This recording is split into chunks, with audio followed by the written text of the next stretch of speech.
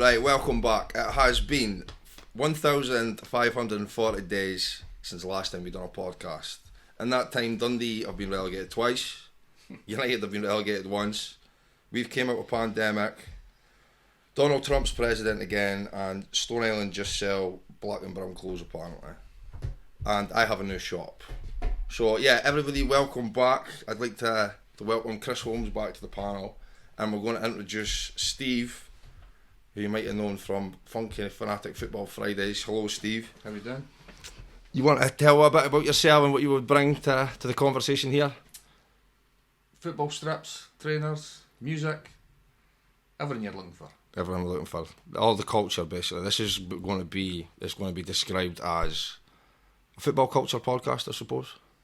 Or the culture podcast. Yeah. We'll go with that. Right, quality. Right, so Kris, what's been happening with you in the past 4 years?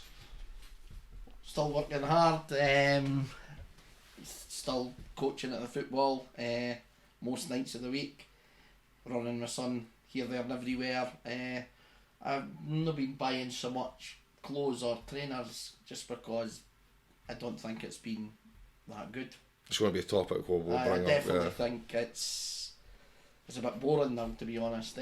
I think a lot of people have sort of interested. But apart from that, nothing major. And you're heavily involved with Merrifield, and they are going to be the sponsors of today because they've let me use my room. And me and you're doing some work, charitable work with the Merrifield United as well, so that's going to be fun. We'll talk about that as well. But yeah, basically since the last podcast, what's been happening is I used to be in an old shop in the bottom of the Hull town. Now we're in the centre of the Wellgate, so there's been loads of things happening since that. Anybody who watches this will probably be up to date with it, to be fair. So we'll start at we've got a lot of topics today, but we're going to start at how we used to start it. We'll speak about trainers. So I've asked the two of you to bring in 5 pairs that we want to speak about. So who wants to go first?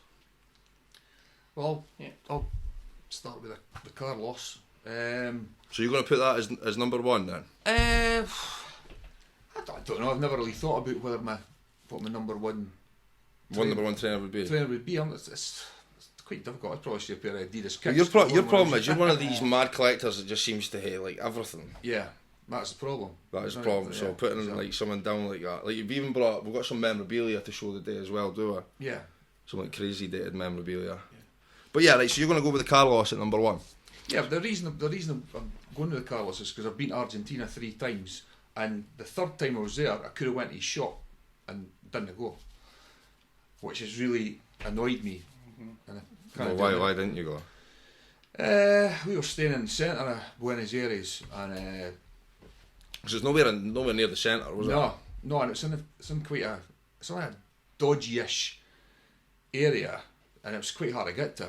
And when I thought about it on the sort of the last day before we had come back, and looked at it, and the taxi journey was ages, and it was, I think it ended up, it was about, they were coming out of their work, so it was going to take hours to get to this place, and I just didn't have the time, and I totally wish I'd went. So I think the only way to get in contact, it wasn't open all the time. No. Towards the end, he was quite frail. I think one of the only ways to get in contact was through Fren. Remember, we spoke about him years ago. Because he used to meet a lot of people, and then I think he would either open the shop, and then sometimes Carlos would be there. Well, what year did Ian Brown and that go? 2004. Well, it got released in 2014, so it could have been 30. I'm not sure. Well, it was 2014. I was there, so that's what I was thinking. It was 2013. Well, so just fresh off of when Soul Citizen in South America came out. I'd already been across twice. But that was the last time I was there. Was 2014. So that would have been the time to do it because the shop got raided after that. Yeah. They took everything, didn't they? Yeah. There was only football boots and small size stuff left. Yeah. And people were on that after that. Yeah, that's a regret. Yeah, it is. So where did you get this shoe then? Did you get it at the time, or did you have to pay above the odds? No, I got them. I bought 2 pair of them at the time. The first thing I said to you when this came out the box is the colour. You can't wear them. They do not stay that colour for long. I thought so. They go like a chalky sort of white colour just from the sun and stuff. So yeah, it's really nice to see the shoe like that.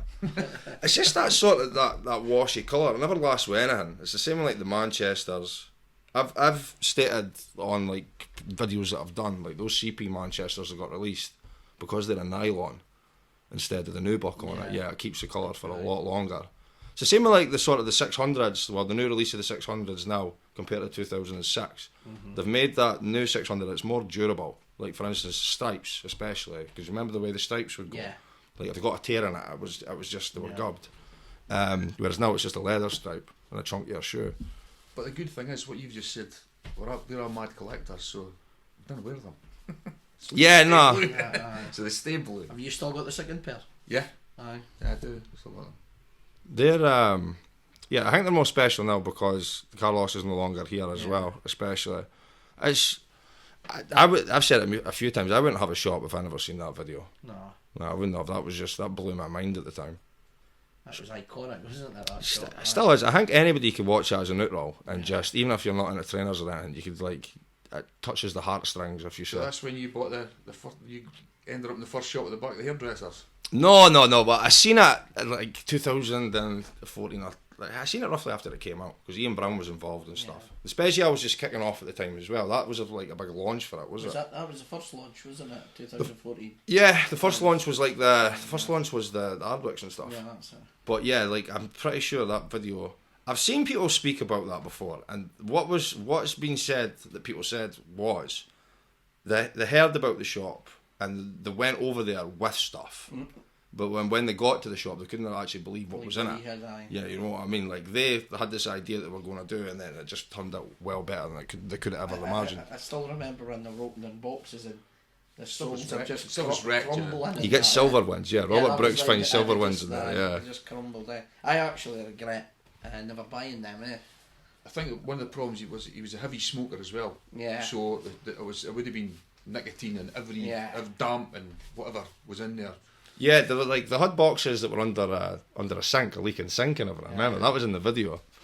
But yeah, that's a good one to start with, I suppose. Right, so what will we go for number 2 for you then, Steve? Number 2. We'll start with R.I.P. Carlos. Actually, can't do that and not say that. Definitely. Yeah.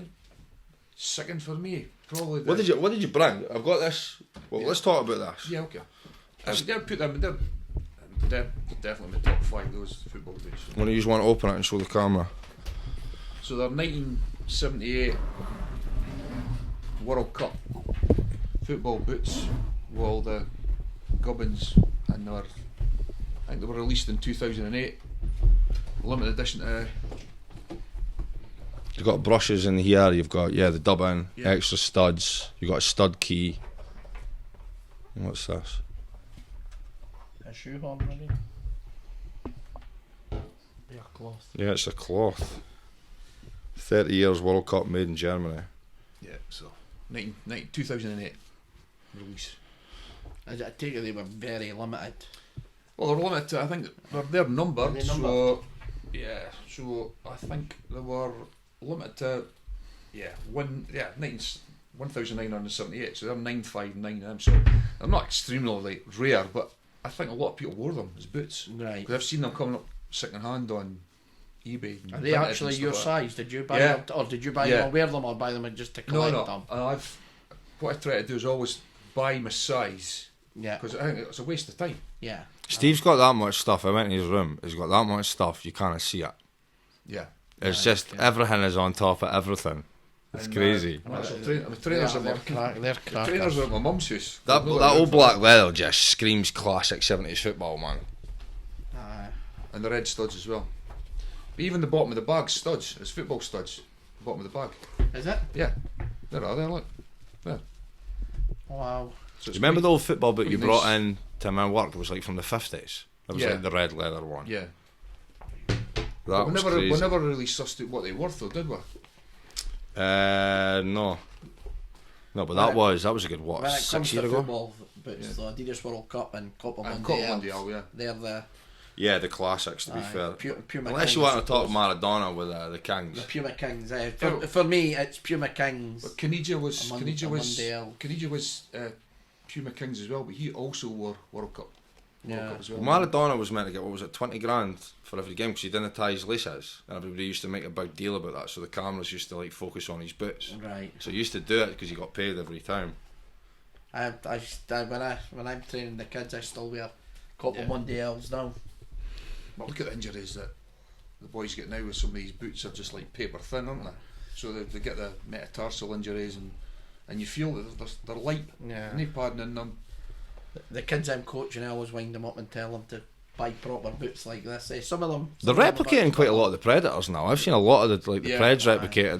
But the charts play. Yeah, the only, yeah, it's a bit too well. Starting off 250. The only problem is they're more like in the 90s when the Predators came out. They were still leather with the rubber stuck on it. They're now just synthetic. Do you remember when I had the original Predators in the shop, man? They looked like some Ninja Turtles. They were a heavy boot and they were just like the amount of slots, leather slots at the front of it. It was like something Shredder would wear.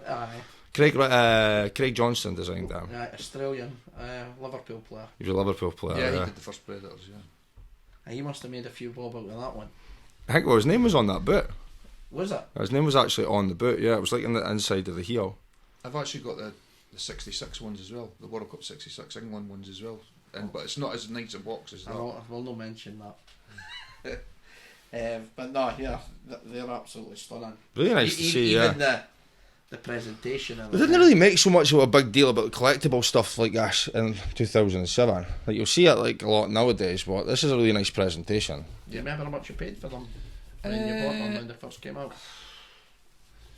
They weren't that expensive. I'm sure it was about. I can't remember my mind whether it was £90 for it. Really? Or 110, but they weren't expensive. It's not a bad price for 2007 to be fair. I'm sure you were buying like Stan Smiths for about £60 back then. Yeah. But even the bargain for you, right? Yeah. Yeah, it's a class bag to be fair. You've got a lot of the old footballs as well, so don't you? Yeah, I've got all the World Cup balls right back to 1930. My favourite's Italia 90. Italia 90? No, see, I'm a wee bit younger, you see, so mine's is the Tango. Well, I love the Tango, yeah. 78 Tango, and yeah. But then I've got one of them in my bar at home, just sitting in the back. Yeah, 78 Tango. That's the River Plate one, and then you've got the one that came out, the Spanish one. Mm-hmm. I think it's the last of the leather Adidas footballs. I think because I've got one in '82, but I'm sure that's a lot. And then they're obviously turned synthetic. Yeah. Adidas just released loads of T-shirts with all the World Cups are sponsored, just like the Spain one. That's right, yeah. Yeah, I've seen loads of but designs. But the Tango, they sort of just adapted the design for every World Cup, didn't they? Yeah. But for me, the 90, well, I was 15 in 1990 or 14. When they came out, I always remember that the ball sticks to my mind, and they brought out boots as well. You were at that World Cup, were you? Which one? 1990. I was at 1990 in Italy, and I was at 1998 in France. And I went to the 96. And unfortunately, I went to the 96 England game at Wembley when Gaza did the. That's funny because we were talking about the dentist chairs before the cameras went on, weren't we? Yeah, I was at that. And there's a good photo of loads of Dundee boys at what's that square? Is it Trafalgar Square? Yeah, I was there in the afternoon as well. Yeah, there's a good photo of loads of Dundee boys outside there because there's like 3 police officers in front of them. I've shared that a couple of times. I like that. Scotland used to qualify for other tournaments. There's another thing that's happened. I was 8 years old in that tournament. There's another thing that's happened in the last 5 years. Scotland we qualified for the World Cup. Yeah. What a way to qualify as well. Bit behind on that, but yeah. What was okay, so we've got they 2 at the way, so what would be number 3? What was the third thing you brought in, Steve? Third would be your... Oh, the Canadians? Yes. Well, this is a talking point. This is the first ever shoe that I ever made. And funny enough, I mentioned this today when I was doing an anti-knife workshop at Street League. But when I was starting out, and I really wanted to learn how to customise shoes, there was only 2 people doing it at the time. The Blunt Shank was one of them, and Really Fresh Kicks. And the Blunt Shank was more like he was making shoes and whatever else. So I remember he put out he was going to do workshops. So I messaged him and says I'll come down for a couple of days to learn how to do it. And yeah, this is the shoe that we've done. So he showed me how to take the sole off. We made the stripes on it, and when I went there, I was really only all I wanted to learn how to do was, because I knew how to do everything else. There was videos for everything. All I couldn't figure out what to do was the gold lettering, because that was big at the time. No one could do that. Right. So yeah, for 2.5 days, we took apart the shoe, made stripes, reconstructed it. I was on a sewing machine and everything to get the stripes back on. And yeah, for one afternoon, he showed me how to do the details. So what year was that? That would have been 2017. No. I was tiling at the time, and I went down to Buxton for 3 days. And yeah, the rest is history. That's how we're sitting in here right now and talking about trainers and everything else. But did you not end up doing a pair for Caniggia as well? A football boot? No, that was Caballero. It was Caballero, right? Caballero messaged me no long after that, yeah. Yeah. Which was a mad special one for me as well.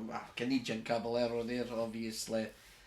It was crazy. He used to share it all the time, because when I made the football boot, it was like sent them from heaven to wear number 7. He used to just share it all the time, and you would be like, it would get you every time. I was gutted when he died. He was my Instagram pal. Yeah. But yeah, back to that. Yeah, that's where it all started. The Caniggia shoe. You made a good job of them. The look. And they still look good now. The colour's gone a good bit on them. I used to wear these. I was really proud of them, to be fair. When I look back at it, right, it's a learning thing, because well, me and the blunt shank didn't speak anymore. I don't think he liked how much more attention my work got at the time. So yeah, we'll not mention that. But yeah, I used to wear these with mad pride, because at the time it was like custom shoes weren't that big at all. No. But yeah, Steve done a deal with us for them ages ago. There was somebody that was wanting. Remember when Caniggia came to Dundee? There was somebody who was offering me a lot of money for them, because he wanted to go up and get them signed and stuff, and I wouldn't do it. And then yeah, I ended up swapping them for a couple of football strips for Steve. Were they Dundee strips though? They weren't Dundee strips. They weren't even good ones. He gave us one of the signatures for you once. But yeah, that and the history of everything that we do, yeah, that is. It's crazy to see. When was the last time I even seen that? I gave them years ago. Yeah, that is, for me, that's a historical show. Because, yeah, that was the start of everything. It's usually been kept well of that. Been kept well. Yeah, I think I should dye them. At the time, because like I say, I was learning, I would have done these totally different. Like, you would have had Caniggia in there. Like, at the time, he just wanted to have the Caniggia on the tongue label, because that's why that's still blue as well. We didn't remove that, we just removed the blue on that. And yeah, put a 33 at the back. I didn't realise you put new soles. The soles were off them and the stripes were off. The only way to do it, to remove the stripes, is to take off the sole, or to do it properly. So yeah, you had to remove the sole, and we also had to take off part of the laces here, so we could get right under, remove the stripes, because the stripes were like that blue, like that colour, and then yeah, reattach them. I was really, you know what, I learnt a lot in the couple of days. Like a lot, but the key thing was, like, the only thing that wasn't out there at the time was yeah, the gold lettering. Yeah. And obviously that's common knowledge how to do that now, because it got oversaturated to the max, and that's why there's so many tatty customs and everything else. This was at a time when you didn't really get a lot. So yeah, history lesson. Is it like seeing your first child again? It's a weird one, to be fair. You sort of look at it and think you would do it different, you know what I mean? You always look back and you think someone was great, and then you look at it years later and you think, I would do it different. But yeah, no, it's cool to see them. It's really cool to see them. Right, so that is number 3. Number 4. So 4, because I like the music, when they brought 35th anniversary boxes. Ones, yeah. So one of them's the Run DMC's.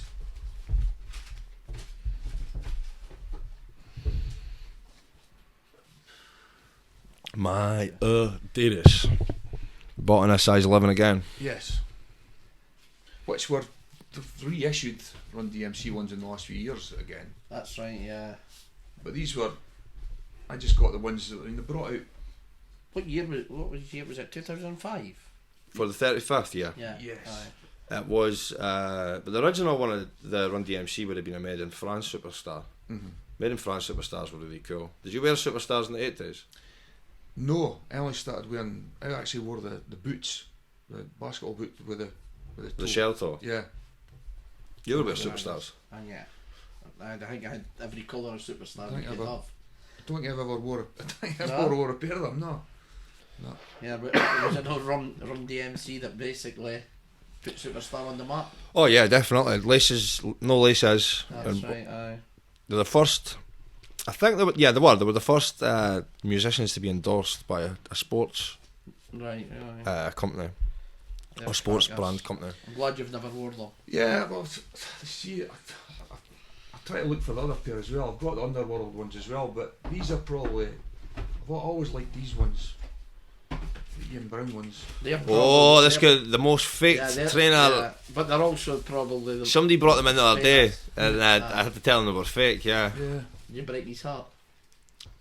He didn't believe us, but yeah, they were fake. Yeah, so, and you wouldn't wear them because they're black. Yeah. It's a tricky shoe. See the details on them, Because you know what, the fakes were brilliant. They came with all this. You got all the different colour laces, don't you, on these ones? Way to tell the fakes would have been this. This is quite bronze, more bronze gold than what was in the other ones. There should be a bit more oxidisation on this. Usually the soles go pure white. Pure white. See, for me, this was sort of the start of the internet, looking for trainers for me. Yeah. Because I've actually got the New York ones. Yeah, those runner ones. Yeah. Yeah, so I've got Superstar New York, but I actually wore them, which I regret now. Yeah. And I hunted. I was in America, and I thought I couldn't get them here. Why did you get these, Steve? I can't remember. I don't think these are real, bro. No. I don't think these are real. I don't like how bronze this is. The tongue, the inside of this doesn't look good, and the fact that the sole is, there's no oxidisation to the sole whatsoever. Yeah, it is seriously worrying. So did you not buy these when the came out? I hate to tell you live on recording, like, but yeah, okay, the fakes in these were amazing. Like we said at the start, like the fakes were amazing. So did you not buy these in 2005? No, when they came out. No? Yeah, I did. I bought them. I bought the three. I bought them. Talking of fakes, we do have a Declan. Could you pass that jacket? Fakes, yeah. I'm not going to complain. They're good, are they? Well, I would. Yeah, no, I got a fake jacket today. Look, see what you think of this.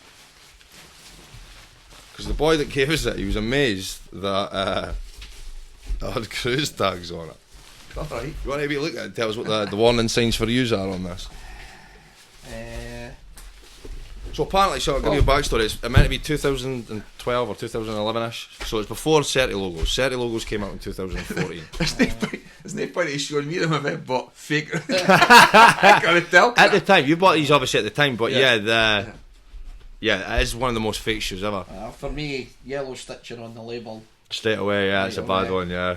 The badge for me as well. It just doesn't feel like it right. Never mind look right. Come on, it's actually a nice jacket. I wish Stone Island done colours like this now, But for me, that's the biggest telltale signs, But it's crazy that they're actually front out. Where do you think that's come from? I don't know. It was described to me as it was bought for a guy in Mid-Craigie years ago. The badge is terrible. The badge is really bad. Yeah. You get somebody that could be smart and put a proper badge on it, maybe, But one of the most common things we get in the shop is somebody will give us a real top with a fake badge on it. That happens. It's like they don't want to give you the real badge or something. But it's like as well. See, when you're washing them or that, you always take the badge off, so you're putting the wrong one back on. Maybe there was a guy that came down with 2 fake badges. Remember? But you know what? The colour for me, I would love Stone Island to still be doing colours like this. You could hit that if you want. That's okay.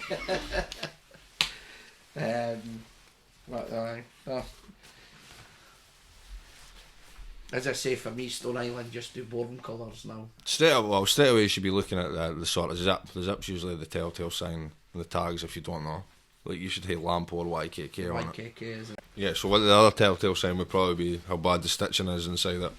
Yeah. The tags are dead plasticky as well. Really, really plasticky. See if you try and run your finger up it, it like sticks to your finger and stuff. But yeah, you can wear them with your Ian Brown, Steve. That's it. Yeah, proudly. You take that, that'll cheer you up a bit. Proudly. That is a nice colour. That is a nice colour, yeah. I wish you still done them. Right, so we've done your 5, so we'll move on to my mate Kris. So in the past 5 years, how much is your top 5 differed? You wouldn't put this as your top 5, would you? Probably not. The reason I brought them is obviously they've just launched in the last. A lot of interest. People are more interested in the yellow version just now. Don't get me started on that. I entered quite a few raffles to get them. Didn't win any. Tried to get on Offspring. It was sold. By the time you got it in your basket and tried to pay for it, they were all gone. So you were only able to get them, UK based. It was just Offspring and Foot Patrol. Yeah, Adidas confirmed done like Adidas they done it in like a sort of code thing for them. Which where they changed it up. Where you done, you got a code to give to a mate. Yeah. So now I got these off Adidas confirmed. So I was lucky to win that raffle, but unfortunately I didn't win the raffle for the yellow ones. Everybody wanted the double box. They were coming in a double box, and as you know, probably there was queues outside Overkill. First time I've seen like big queues like that for a while. I'll be honest, it's probably the first launch in quite a few years that I've actually been interested in and desperate to get, because as I say, the ZX 8000 Aquas is where you've got a compare. Yeah, I've got them here actually. Right, so we've got the Aqua release and the Consortium release from 7 years ago now. Yeah, they are probably my all-time favourite trainer. But you're going to go back to say all-time favourite trainer in a nostalgic sense of from the 80s. Yes, I remember in 1989, Adidas launched. It was like the 5,000, the 6,000, the 7,000. 5,000 was at your head. The 8,000 and the 9,000, and that's when I really fell in love with trainers. So obviously this is the 5,000. That was the 30th anniversary ones. Yeah, so I've got them as well. I managed to get the 5, the 6, the 7. What one did you get first in the 80s? Like, what was the first one that you managed to get your hands on? Because the price difference varied, did it not? Or was it? The 5,000 was the cheapest one. Yeah. Then the 6,000 was slightly dearer, up until the 9,000. But for some reason, the 8,000 was always my favourite. Yeah. The 8,000 is probably what you would call the staple of the ZX series, like both 3 digits and 4 digits. Yeah. Somebody says ZX, that's what they think of. I'm not going to lie. I remember Brian that was on the podcast before. Brian should have been here tonight. Actually, you just couldn't have made it. Used to laugh at me with the amount of 8,000 I have, but I've maybe got aqua coloured ones. Brian's got just as many 8,000s. But 8,000s, I maybe have 40 or 50 pairs in different colourways. So what one's your favourite out of all the recent releases that you've got? Probably this colourway. I thought you would say the Consortium, yeah. The Consortium, that's... more true to the 80s release. They've obviously never been worn. I do have a pair that I wear. How many pairs of that shape have you got? Because that one is... We were speaking about it off camera. They just re-released it randomly in 2020. I managed to... I had 2 pairs of the original Consortium ones, and I managed to grab... To my memory, that one came out first. They did. That came out first. That was the the general release. That was the general release. Yeah. I think I got 5 pairs of them, but I've wore a pair. I gave a pair to a friend that he was the same age. He grew up, and that was his favourite trainer as well. Is that Covey? No. My pal Morgan. Gave him a pair. He loved the aqua as well, but it actually hurt me to give him them. It actually hurt me to give him them. Because I bought them around about the late 80s and sports was it? The sports the sports locker. Sports locker in the old Overgate, and there's a legendary Dundee boy in there called Kev Downey. Mm-hmm. And he lives in New Zealand now, and he worked in there. I've met him. Yeah. Kev was legendary. It's called Ducky. Is that right? I don't know if I've never heard of that before, but no. He is on Instagram anyway. That was probably the top sports shop. Kev worked in it. He used to go in and buy your Lacoste and Ocean Pacific. Yeah. But that's where I had the originals of them, and I bought them too small and they did my toes in. But you still wore them. Still wore them, yeah. Going back, younger than used to. Like the first time I seen them was in '98 when we got re-released again. Got re-released. Yeah. I do remember the colours and. See what I like about this one, it's maybe more the colour of the original. I don't think it's exact. I don't think they've ever released an exact colour. Maybe 2013 maybe was it, or 14? Yeah, the 2009, 2013. They're quite similar. They've got the. What I like about these ones is they've got the ZX 8000s on it. I like the colour on that. It's like a sort of tropical aqua blue. Yeah. What I'm hoping for is he's going to want to tell you they're fake. I'm just hoping somebody sees this. You can tell you do get fake aquas like these, but usually you can see the tongue comes up to about here. Yeah, it's a telltale give. What I'm hoping I get is if someone on the sees this podcast and has got a spare pair of yellow and it's size 8. Oh, you eat your words. Somebody will be trying to get you for about £400. Yeah, which is quite annoying. You brought this to my attention. The tongue is weird. It's totally different. It's strange. The tongue is weird. They've just got like this nylon tongue thing going on. Me. I really like the padding of these tongues and how they sit around your foot and how you feel it. It feels like an extra cushion going round. I don't like that. I don't like the tongue. No, but are they not for? Would that be a professional shoe with the tongue that size for running, so they're lighter? Would that not be what that's for? Well, when they launched it. Well, this is 80s technology. To be fair, so yeah, the technology is like long forgotten about now when it comes to running. But I don't know why they changed the tongue. That's my only thing that I'm picking up that I don't really like. I don't really like this at the back either. I think this looks a bit like vinyl and tacky. Well. It's rubbery. like rubber, But the rest of it, I think is really, really cool. I do like how they flip the colours on it. I do like the colour, like you've said, Kris. I like how the toe looks as well. That you can probably pick up from these. You know what? The toe in that aqua looks quite good. Sometimes the toes are a bit bulbous, but yeah, that looks pretty good, I would say. But so that's the reason. But as much as they're maybe not my top 5, I would say one of the aquas will always sit. Oh, it's going to be in there. It's definitely going to be one of my top 5. Just before we go I just wanted to show the differences. Before we go off that, like you mentioned, it's like you got an interest in this again. You know, well, it's piqued your interest again. It seems to be the case with a lot of boys as well. Yeah. Like I think they're going to push ZX really hard this year. I don't know if it's the older generation are more into. Well, they released 7 in a week. In a week, yeah. They released 7 in a week. And I think there's more in the pipeline to come, but it's the first release in a while. You know, it's the first like really one that I've seen capture people's attention so much. See, like you used to look forward to the special releases of that, but the last few. Actually, I didn't think the last one on the photos I thought looked alright. I liked the Samoa. They got the small toe bumper. I've been looking for something for that for years. Yeah. I like the boot. And you know what? This is how much attention I've not been paying to it. I don't even know what the name of that shoe is. No, here could I. And yet before, I would probably say I would always buy out of the range maybe 2 of the trainers there. Yeah, double up. Yeah, but I've not. I can't even remember the last special I bought. That's a question. I don't know what the last one I bought either. And as I say, you buy a lot of special. Last pair I got was a pair of Blackburn. It was the green one. See, this is what they do for. This is what ruined it. Right? If you said Blackburn and it was the first trainer to go with the night safe stuff, that was like a good trainer at the time. How many times did they release it? But then I was in the Adidas outlet about a month ago, and remember how they re-released it, and they did not have the Yorkshire rose or something on it. Well, the black ones They brought it in a red version as well. What was that? Ewood. There was the black one, which was was it New Order shoe?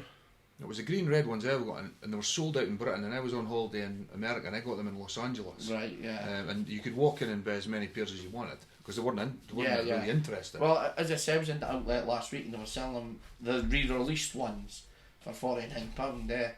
The ones I bought when they first came out, I ended up, you sold them for me because I just wasn't going to wear them. It's just a colour I wouldn't really wear. I can't even remember that. It's, as I say, this is the first launch in a while that I've actually got excited about. Yeah. So I would say definitely these 3 one of them would definitely be in the top 5. I don't know what one though. Pick one out of those three and we'll move on from it. You going to go with the consortium? Yeah, probably. I'm going to put my house on that. Yeah, probably this one. Right, so that's your first one. So number 2, what are you going to go for? Probably the No Walls. Right, you want to tell a bit about the No Walls? I can't even remember what year did these come out. Which would be 19, I think, or 20. 20, I think it was. Let me see. Taking different colours from every. You see that? Your eyesight's maybe better than mine. You need your glasses. How much did 2019. How much did that box set cost? When it launched, it was £160 for both pairs. Went straight up to from about 450 to about 500 resale straight away. There's only it was for the fall of the Berlin Wall. Yeah. So that's meant to be a brick from the Yeah. Berlin Wall. Yeah. There was 1,989 pairs released because that was obviously when the wall came down. But believe it or not, that was when the ZX8000s were launched as well. Yeah, right enough. Yeah. So I didn't get them on release. I did try to get them from Hannon. That's something that's happened in the last 5 years. Hannon's gone. Yeah. Hannon's gone. R.I.P. So Hannon. there are different colours on either side. They took colours from all the ZX Yeah. releases. Like you can see, like the Soviets from the 5000 up there. This is like the 6000 with the stripes. There was stuff put on the laces as well. Because everyone was everyone's different. got a different bit and a different bit on the back. Yeah, like this has got a quality on it. Yeah. As I say, they're probably one of the favourite pairs that I've got. But I've never worn them, They were mad cool. I really wanted a pair. I never actually managed to get a pair of my size. I just sold them and I got them. But it's ridiculous. It's crazy to think you were able to get them for £160 when technically they were about £120 each for a pair, What? How many different ways can you wear it again? Is it like 8 different ways? No. Well, I suppose. It's been a long time since I've spoken about these. I used to remember all these pinpoints. But I'm actually scared to wear them because the colours of them would be knackered within I'm scared to wear them. 5 minutes, would they? This will probably be something that gets left to my son, to be honest. Unless I was able to maybe get another 2 packs, I'd wear a pair. I've never checked the resale on these for a while, but I can only imagine. £500, £600, £700 when they first came out. Just got to hope they didn't go like Carlos's. For bits in the box. Yeah, well, this is true. I'm so a big they're believer. definitely in my top 5. Yeah. They're probably one of the more. They might even be number 1, to be honest. Just because what It's they a are. nice set. Yeah, It's just really what nice. they are. The only set I could think of which is slightly just more popular than these, and I would just say slightly, was the 3-pack that overkilled The them. Overkill. I wanted the 10,000. I wanted the 10,000s. Because to get the actual, they only released 3 shoes, two a pair that matched and one odd, and you either got a right or a left. Yeah. So to get the other one, like, and I think it was what 750 got released, something like that at the time. But yeah, that one. So that's the second to only that I could think of in the ZX exclusive you know releases. What I regret? I got offered the second pair of them, or the second set, and I said no, just because of the price they were. It's just a lot to ask, is it? And for someone that I'll probably never wear, just because they're just dump magnets. I would wear them if I got them. Yeah. I don't know what way I would wear it, but I would wear it. It is a class shoe. It's a really good one to show on camera as well. But that I would probably say that's like, see, for just showing, and that is probably, I would say, number 1. It's a nice bit of history in that. that, how they thought about Yeah. it. Like you said, it was the first year when the 8000 came out, the fall of the Berlin Wall. How they've done it with the wall part. And I'm a bit anal when it comes to boxes. I love a nice box. Like, I love the box. There's new box that they've done with this. Yeah. I love the box for this. As I say, I've got the South Park box.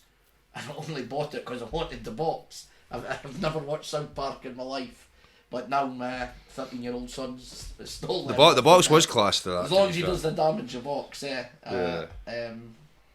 But yeah, so then I would say the 5000s. The 5000 is one that I got a couple last year because it was one that just went under my radar for years, and then the blue of it I just like fell in love with last year. I doubled up on these, and I had a Yeah, they're going for about 300, 350 now. I had a guy that I bought a few things off of, like nice trainers. Some of them have ended up in your shops. Remember the yellow ZX 800s? Yeah, they were class then. Yeah. Then the other, what was it, the 750s? The two, and the yellow and blue and the yellow and burgundy. They all came from the same guy. Were they 700s? I think they were 7s. Yeah. What about the pink ones that are still there? They're 8,000s. Yeah. They're 8,000s, but they were only released in the Middle East. Yeah, Middle East. Yeah. There was 3 in that pack, and I had 2 of them, but both of them ended up in your shop because again, I was scared to wear them. But I doubled up on these, and the guy I got a lot of trainers from, he really wanted a pair, and he asked if I could buy a pair. And again, it was like when I gave my pal the 8,000s. I said yeah, but it really hurt. So you gave away one of your 5,000. Yeah, well, he paid for them, but I never took stupid money off. You gave him the box pair, and that's your wearer pair that you've got. Yeah. They look better than mine, to be fair. I've worn mine to a good bit. I've only worn these a couple of times, to be honest. But they are probably one of my favourites. Very underrated one, I think. Everybody, when they think of that series, they don't tend to think of the 5,000. Even in that Roots to Running book, it's right at the back of the book. And see, the thing for me, when they were releasing them, they sort of released them these first. Then it was the 6,000s. Then it was. It's like people you would think people would gravitate more to that one because it was obviously more accessible, being the cheaper one. Then I would say the other one is probably, I'm a bit partial to purple, so the 2011 Malmo. This was a size exclusive and was released as the Japanese Athen colourway. Yeah, so I loved the original Malmo. You had them all. You had the full set at one point. Yeah, yeah. I got the first 2011 set from you. The yellow ones.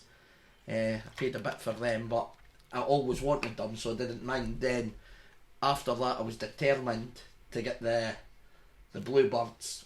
You had them. Yeah, and then and these, and the brown ones. The only ones I never ever got was the olive green one. That was the worst one to get anyway. I didn't actually. I would never have worn it anyway. They used to bring in a big demand for cash. You would like standard. They were silly money. Yeah. Back in the day, we were like starting off maybe about 350. So I'd seen them up to 500. This is how bad the flat game is nowadays. I don't know what they would go for now. I've not looked. Well, I had to do a bit of trading to get these. Oh yeah, they were a hot so like target bar. Remember, I had the Adidas Dublin 500s. I do. You want it in a raffle, Yeah, I won it on a trainer group. One of the trainer Adidas groups that I'm on on Facebook. Won it for £10.50. That's a trainer win for £10.50. So when they came, it still had the receipt in the box. They were still tagged. Had the receipt from Size Bury. In Bury, just outside Manchester, obviously, for $69.99. Now, a gentleman that I know and had bought a few trainers off in Glasgow, when people knew I had them, I was getting messages all the time. And the thing for me is I didn't actually particularly like them. When you had them, they were demanding over £1,000 at that point. Over £1,000. Yeah. And I would never wear them because it was like that waxy. Yeah, it was a wax I think as soon as you wore them, the mark there. Yeah. So I remember a guy, I would class him as a friend, I suppose. We'd done a lot of to and thrown with deals. He kept on at me, and I says, no, I'm not going to sell them. And I didn't really want to turn around to him and say, well, if you want them, I want £1,000. Because they only cost me £10.50, and I just couldn't bring myself to do that to somebody, and especially somebody that I liked. So he says, well, what do you want? He says, what would you swap them for? And I says, purple Malmos, bluebird Malmos, and Adidas Hoshia Legas from 2015. And he just says, I've got every one of them. Was that the Argentina colour ones? Yes. Yeah. He says, I've got every one of them. If you want to do it, we'll do it. And I was so I drove through to Glasgow and met him, gave him the Dublins, got the Malmos and got the Hoshia Legas, and he wore them immediately, but I think he wore them twice, then sold them. now the gentleman he sold them to is constantly on the Adidas groups and that, and he always puts the picture up, and I'm like, oh, they were mine. It's pointless wearing them twice and like popping the tags to do that, to wear them twice to sell them. You just devalued them to the max. Yeah. If you're going to wear them, wear them. You know what I mean? But I think he thought it was a lot of money sitting in one pair of trainers. As I say, I didn't particularly like them. I liked having them. Yeah, you've not really been like that sort of flat guy. Yeah, I liked having them for what they were. But again, in dark blue, I like bright trainers. You got 3 pairs that you wanted out of it. Yeah, so I got 3 pairs. So you know what? As much as I think I'd still love to have them, I'd probably prefer them anyway. And the other pairs I got. Wheeling and dealing stories, man. That's what it's all about. And what would your last pair be then? That was the 4th. Well, that was the 3 there. 4, so that would be that's. Is that the 5th one? Am I miscounted? I've got more pairs in the car, but I couldn't. I ran out of hands to bring them in. That's alright. Well, Steve's got some memorabilia here that we could go through. We'll also speak. We're going to be doing some community work locally in the Hulltown and the Stobswell areas, where we're going to be going into the elderly community homes and showing them some of these old memorabilia. That's the plan behind that, Kris, is it? Yeah, it's obviously this area that this room's in that we're sitting in. I grew up in this area. You grew up in this area. I did. So I was Dave. Where were you for? You're not from this area, sure. You're a ferry boy, yeah. Ferry boy, yeah. We'll not hold it against you. That's all right. But no. So this area means a lot to me. I've been involved with the football club here now, coming up for 10 years since my little boy started here at 3.5. He got a testimonial, did he? Not yet. He's coming up for his 10th year. And I promised when I got involved with Maryfield that I wasn't want to be a coach. That asked us to be a coach. I says no, I don't. I just want to watch my son play. Then I got us drunk once, and I agreed to everything. I'm now vice president with one of my best friends, Robert.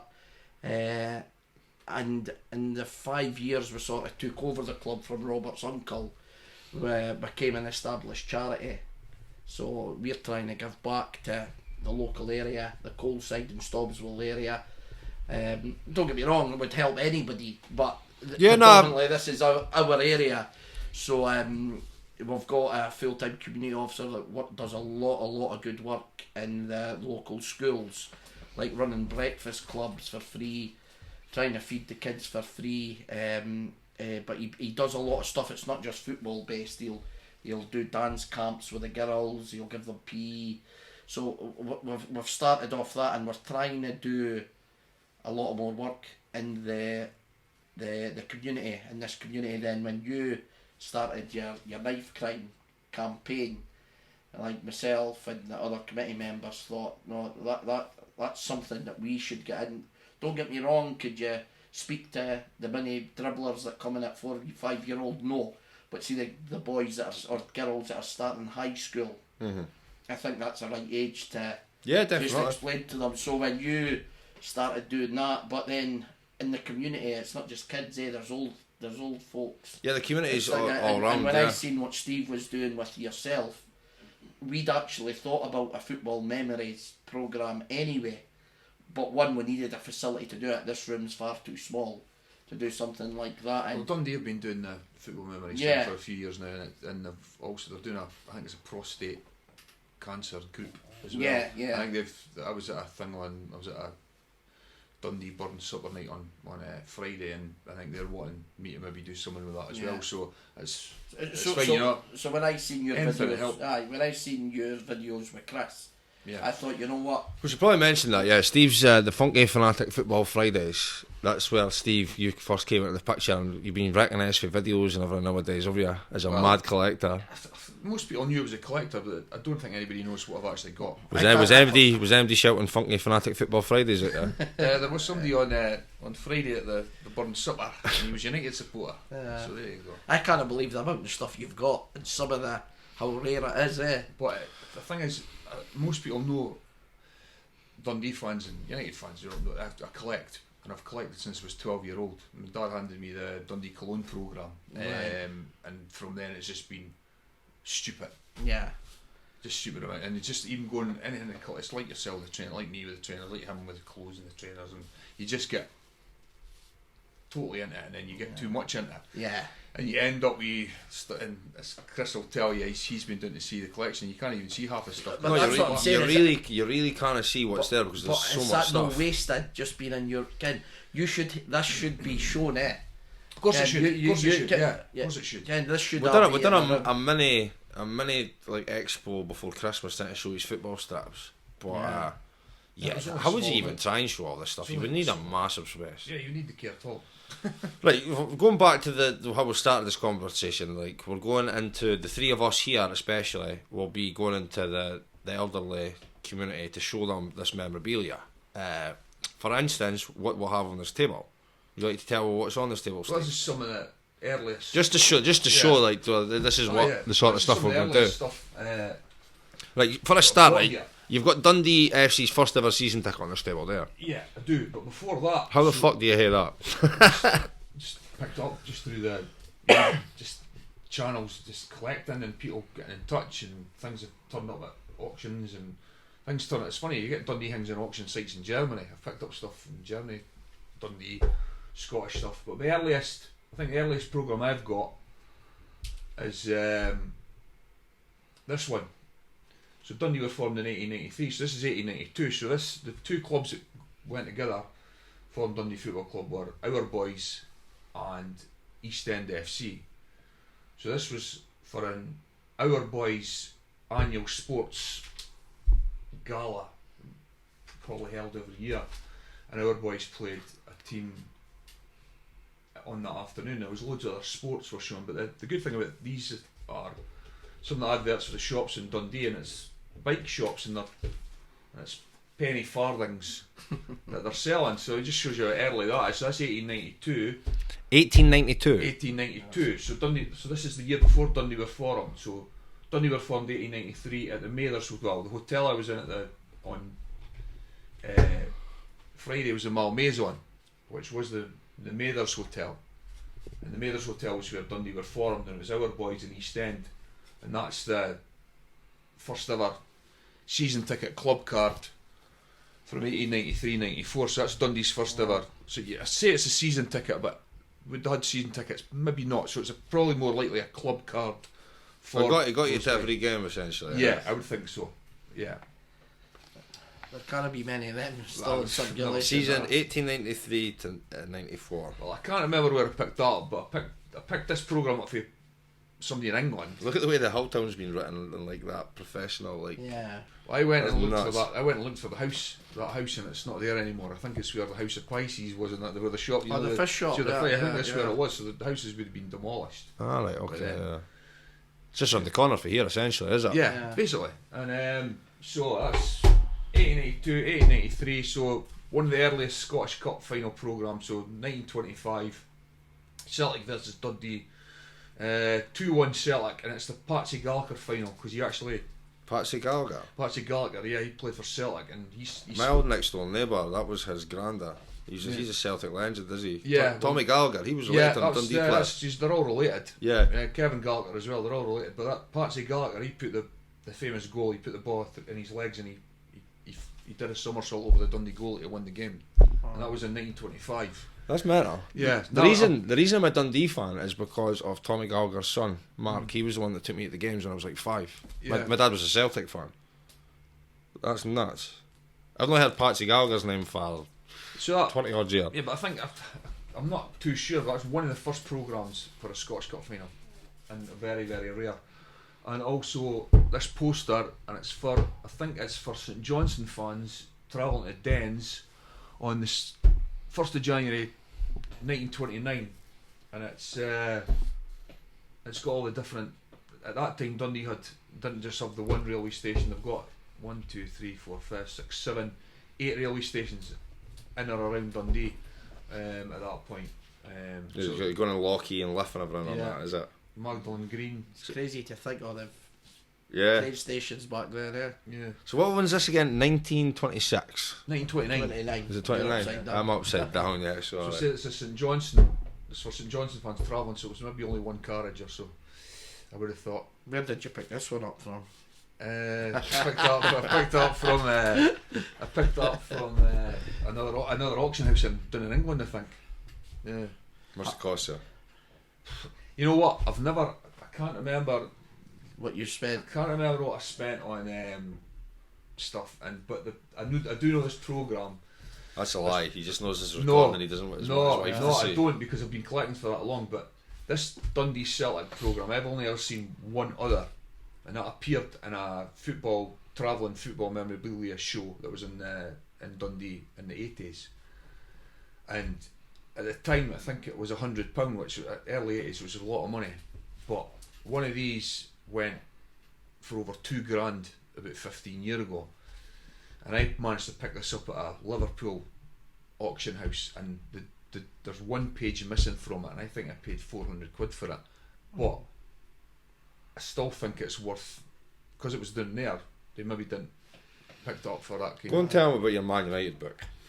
Oh, the Man United book. So I bought one. I've got this Man United book. It's an opus, right?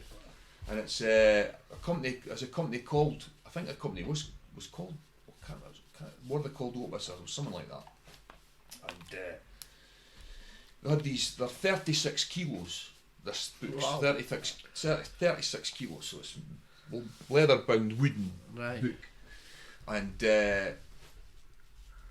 me and my mate Kenny went down to a Man United match years ago, and they had these books in the shop. So I said to him, I goes, look, I really like that. If it was one of them for £1,000, I think I would buy it. So the boy come across and he says, "What, you interested in the book?" I says, "Yeah, there's 4 or 5 different versions of it. This one's the cheapest one, £3,500, right? Up to £5,500 for the Legends one, and that was Alec Ferguson, Cantona autographs in them." So left it at that. 2 or 3 years down the line, here's one on eBay, one of the Legends ones, and the guy wanted £1,200 for it. So my old man says to me, "Look, offer him £1,000, I'll give you the money." So went on. Boy says, "No, I'm wanting to." I says, "Where did you get it, mate?" "I won it in a competition." I says, "Mate," I says, "I'll give you £1,000 for it." Yeah. So he did, and it arrived a few days later, and it came on a pallet, and it's a struggle. You can't even lift it. It's hard to lift because it's big. But I only ever opened the Man United cardboard box, and it's white paper bound, and it's got white gloves. So like my fake. The key part of the story is still to be told, right? So I've never opened it, so it might be red bricks that's in it or something, 36 kilograms of bricks. So a few years later, Man United are doing a charity event in Saudi Arabia, and one of them goes up for sale, and the only difference with mine and that one is the King of Saudi Arabia signed it or something. When did he play for Man United? Exactly. So, and it went up for sale, and I paid £1,000, and cut a long story short, it went for was it 1,000? No, 1.2 million American dollars. It went for. Wow. Right. So it's about £800,000. I would have sold mine for £500,000 if he'd asked me ever. So you know what I mean. So that's still I've still got that. So one question for you: all the memorabilia you've got, including your football strips, programs, tickets, whatever. What's you would say your number one, your proudest possession? Although I've got all these things, it's probably I've got medals. I've collected medals. I've got football boots. I've got match worn shirts, match worn this. You had a League One and United shirt for '83 on display at that expo with them. Who was it again? Billy Kirkwood. And I've got the medal. I've actually got a medal for them winning the league as well. But no, my favourite thing it's probably it's not worth much. But it means a lot to me. I was working for Dundee in the 80s, and I sold programmes and I did loads of other things for them. And the Under-16 World Cup was played in Scotland. One of the stadiums was Dens, Tynecastle and Motherwell. One of the stadiums was Dens, and I went up this day, and Pelé had been training. Pelé had been training the boys, the young guys, and that. And I decided I'm going to take a photograph up just in case. And luckily enough, down the road from, looked like he was coming down for the Ambassador. I was outside the main entrance, and then wee black guy thought, it's got to be, is it? Got to be, right? So put my programmes down, picked up the picture, ran across, and here he was. It was Pelé and his minder or whatever he was, by helping him, going in the TCK, and he actually, they weren't going to allow me to get up, but he said, no, come in. So shut the door at the TCK and he's photographed away, and it's a photograph to me. It's to Steve Pelé, Dens Park, 1989. So that's probably my favourite item. That probably means more to you than anything. And it didn't cost me. I got the picture for hardly anything. So that's probably my favourite thing. And I've got all these other things that you may get shown very soon. Yeah, like we're going to do like this, obviously, because of the way the Dundee whole podcast was done before. We've dedicated this one to trainers. We'll talk about how the scene is as the weeks go on. We'll get guests in as well. We'll go through all this sort of stuff. But yeah, this was primarily just to talk about the love of trainers again. We're going to have to go well more into the culture of jackets, football, everything like that. Before we wrap it up, actually, because we've not even got through any of the agenda we were meant to, but we've run out of time. One thing I will ask you is there a chance that Hearts will win the league? I would say, if you asked me before the weekend's game there, I would have said no. Celtic will still be too strong for them. I still think Celtic will end up above Rangers, but after Hearts getting the point on Sunday, Hearts team I would play Dundee. I think they might do it. I've been wanting them to do it. I think they might after I've seen them play against Dundee, because we battered them, and then the next they went down to 10 men that game, and then the game after that they went to 10 men again and won 2-0. Problem I've got, I was at the match in '85 with a little kid, and God. at that time in that match, Dundee were going for Europe that day, and unfortunately it didn't work out for them. But at the time, a lot of Dundee thought it was great when we won and stopped them winning the league and that. But I look back at it now and think I wish the Hearts had won the league that day. Yeah, because that was it's never been out of Glasgow since that day. No. So 40 years. Let's put another question. Do you think it'd be a good thing if Hearts won it? I think it'd be an amazing thing if Hearts won it. I'll disagree with I think Rangers will catch up before Celtic will. I don't think Martin O'Neill putting 4 at the back. The problems are still the same with Celtic. I think Rangers will edge them, but I really hope Hearts do. The thing was, you're talking about the Dundee match, they never got a test like they got against us, because they got absolutely pumped. I think we would have beat them. And like everybody will say this is like biased. I think we would have beat them if they never went down to 10 men. We battered them that game. If we'd scored early in the second half, and that save at the end of the game, that could how crucial exactly. could that be the last day? No, I do. I hope they win it. I wish they'd won it in '85. But for football wise, I think it'd be great. Yeah, it will be. It's like a Leicester winning the Premiership. And you do know in 1965 they blew it as well. They went into the last game and they had to beat Kilmarnock and they got beat. So they've twice. So everything happens in 3. So maybe it'll be that or third time lucky. Hopefully, I hope that trophy goes out with Glasgow this year. Yeah. But time will tell. I was getting your opinions on it. Next week we've got in Syllable from Syllable and Brains, Billy Boyd. So if anybody's got any questions to ask Billy, they file them in the comments section and we will ask him. If you don't know who he is, the hip hop hoax. That was a documentary that was out a couple of years ago. He is getting a film made about him from James McAvoy. It was also recorded outside, some of it outside my shop. Got some stories about that. Very interesting story. Yeah, it is, to be fair. It's crazy, and especially from 2 Scottish guys. So, any questions about that, just fire it in the comment section, and we will ask it next week to Billy. We'll say thank you to Merrifield United. We'll say thank you to Geniotech.